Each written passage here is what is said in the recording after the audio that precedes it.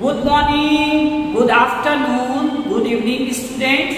जिस समय आप मेरा वीडियो देख रहे हैं उस समय का आपका बहुत बहुत स्वागत है आपके अपने YouTube चैनल पर, जिसका नाम है स्माइल केमिस्ट्री क्लासेस। आप यदि इस चैनल पर न्यू है तो लाइक एंड सब्सक्राइब कर दीजिए ताकि नए वीडियो का आपको नोटिफिकेशन मिलता रहे। इस वीडियो में हम डिस्कस करेंगे expressing concentration of solution in terms of mole fraction। अब हम डिस्कस करते हैं मोल फ्रैक्शन पर, जिसको डिनोट किया जाता है x से। ठीक है, डेफिनेशंस करें तो ratio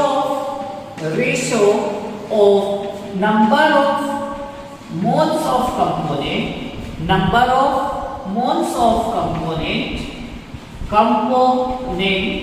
to the total number of moles of component। ठीक है, यहाँ पर हमने वर्ड यूज किया है component, means mole fraction solute और सॉल्यूशन, सॉल्वेंट और सॉल्यूशन के बीच में भी रिलेशनशिप शो करता है। तो यदि हम मोल फ्रैक्शन की फॉर्मूला लिखे तो number of moles of component upon total number of moles of component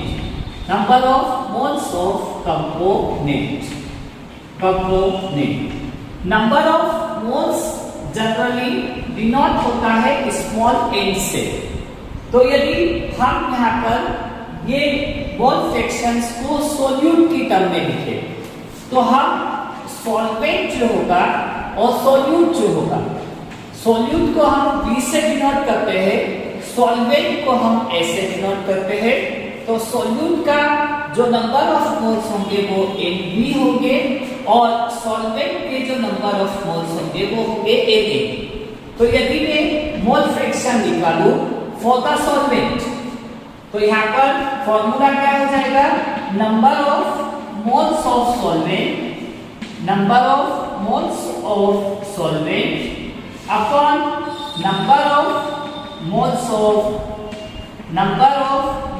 of solute plus number of moles of solvent. Number of moles of solvent मतलब Na अपॉन यहां हो जाएगा Nb प्लस Na। यदि for solute की बात करें, ये solvent के लिए था, अब हम यदि सोल्यूट की बात करें तो क्या हो जाएगा कि number of moles of solute upon number of moles of solute plus number of moles of solvent. Solute के लिए निकाला तो यहाँ पर हो जाएगा Nb upon Na plus Nb।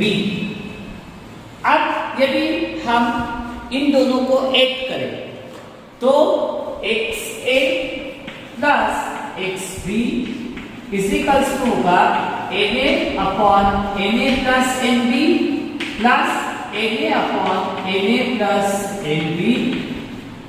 Nb तो Xa प्लस Xb का जो सम होगा, ठीक है, वो हमारे पास हो जाएगा 1। मतलब मोल फ्रैक्शन ऑफ सोल्यूट और मोल फ्रैक्शन ऑफ सॉल्वेंट का सम हमेशा कितना होगा, यूनिट। अब किसी क्वेश्चन में मान ले हम कि हमको mole fraction of solvent given है, तो यदि उसको 1 में से माइनस करेंगे तो हमको mole fraction of solute find out हो जाएंगे। ठीक है, यहाँ पर मोल फ्रैक्शन ऑफ सोल्यूट और सॉल्वेंट का सम हमेशा 1 होगा, क्योंकि सॉल्यूशन हमेशा होमोजेनस होता है। ठीक है, मोल फ्रैक्शंस में दोनों सेम क्वांटिटी का रेशियो है number of moles of component upon total number of moles of component, दोनों सेम क्वांटिटी का रेशियो है, इसलिए mole fraction is a unitless quantity. इसकी कोई भी यूनिट नहीं होगी, ये एक यूनिटलेस क्वांटिटी है। और मोल फ्रैक्शन में नंबर ऑफ मोल्स का काउंट है, ठीक है, इसमें वॉल्यूम का कोई कैलकुलेशन नहीं है, इसलिए मोल फ्रैक्शंस पर टेम्परेचर का कोई इफेक्ट नहीं होता है। अब हम डिस्कस करते हैं मोल फ्रैक्शंस के न्यूमेरिकल्स पर कि in a mixture 12 gram of water, 10 gram of acetic acid, 92 gram of ethyl alcohol. 12 gram water का है, 100 ग्राम एसिटिक एसिड का है और 92 ग्राम इथाइल अल्कोहल है। तो calculate the mole fraction of water, केवल मोल फ्रैक्शन इसका फाइंड आउट करना है वाटर का। तो न्यूमेरिकल करने से पहले सबसे पहले हमको सबके क्या निकालने पड़ेंगे, नंबर ऑफ मोल्स। और नंबर ऑफ मोल्स कैसे निकालते हैं मैं पहले भी बता चुका कि number of moles is equals to mass in gram, mass in gram upon molecular mass, mass in gram upon molecular mass.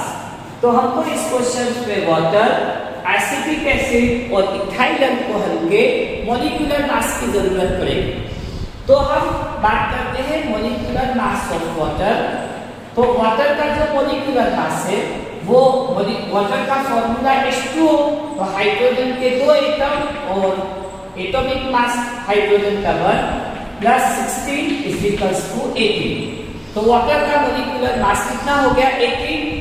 Molecular mass of acetic acid, acetic acid का फॉर्मूला CH3COOH। तो कार्बन का एक atom मास 12, hydrogen के 3 atom atomic mass 1, carbon का 12, oxygen का 16 plus 16 plus 1। तो acetic acid के molecular mass की बात करेंगे तो टोटल हो जाएगा 60। इसी तरीके से molecular mass of ethyl alcohol, तो इथाइल अल्कोहल का जो फॉर्मूला है वो है C2H5OH, ठीक है। 2 × 12 plus 5 × 1 plus 1 × 16 plus 1 × 1। 2 atom carbon के और कार्बन का एटॉमिक मास 12, 5 एटम हाइड्रोजन के और हाइड्रोजन का एटॉमिक मास 1, ऑक्सीजन का एटॉमिक मास 16 और एटम 1 और हाइड्रोजन का एटॉमिक मास 1 और एटम 1।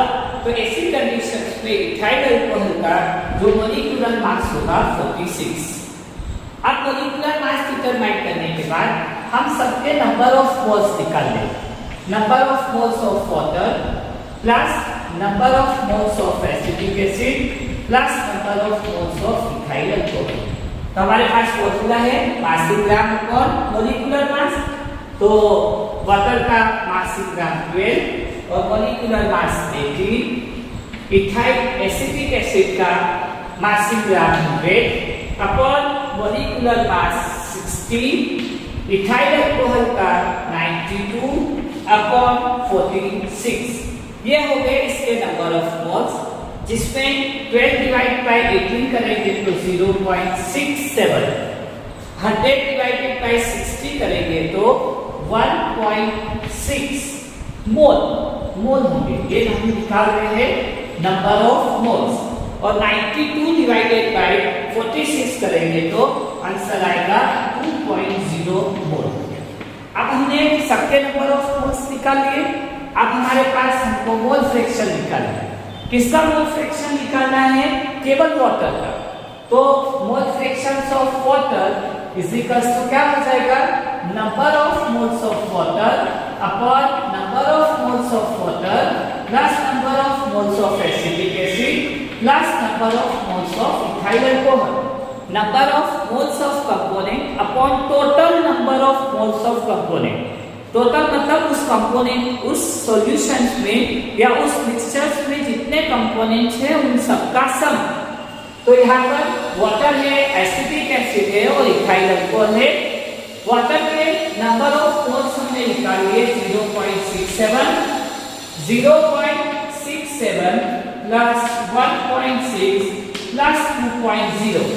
इन तीनों का सम करें, इन तीनों का सम तो 0.67 अपॉन 4.27, तो 0.67 डिवाइडेड बाय 4.27, तो हमारे पास जो आंसर होगा वो होगा 0.15।